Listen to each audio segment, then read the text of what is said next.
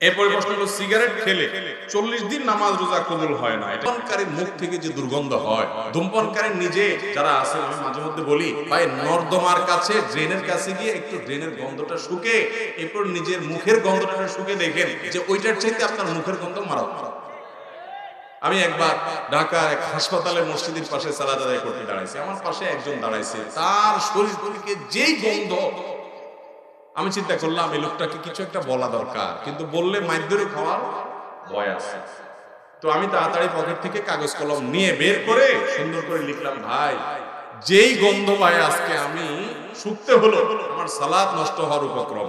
কি সালাত আদায় করছি, মনোযোগ পুরাটা আপনার দুর্গন্ধে আমার দখল করে নিয়ে গেছে। তো আল্লাহর রাস্তায় আল্লাহকে ভয় করেন, এটা আর করেন না। এটা লিখে কাগজটা আমি সাইডে রেখে, সে সালাতের মধ্যে আছে এই অবস্থা, আমি তার সামনে রেখে আইজুল দৌড় খেলে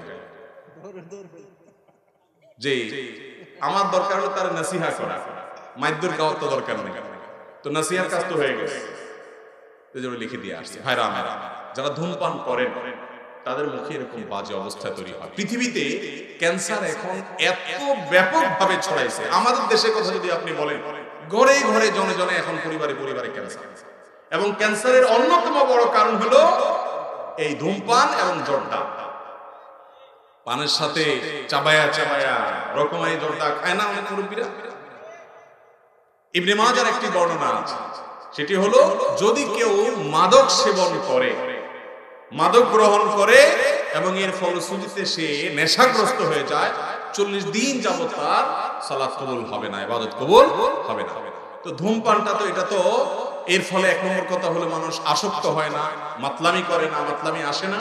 দ্বিতীয় কথা হলো যে ধূমপান এমনিতে নাজায়েজ এবং গুনাহের কথা, সেটা নিয়ে কোনো সন্দেহ নাই।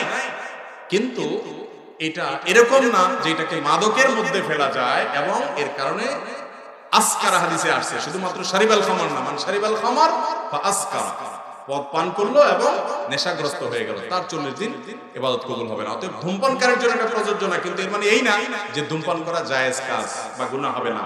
এটাও অবশ্যই না জায়েজ এবং গুনাহের কথা, নোংরা একটা জিনিস এই ধূমপান, বিষপান। লেখাই আছে যেটা স্বাস্থ্যের জন্য ক্ষতিকর, তারপর আবার পয়সা দেখি। আল্লাহ তাআলা আমাদেরকে বুঝার তৌফিক দান করুন। এই নোংরা জিনিস খাওয়া যাবে না ভাইরা।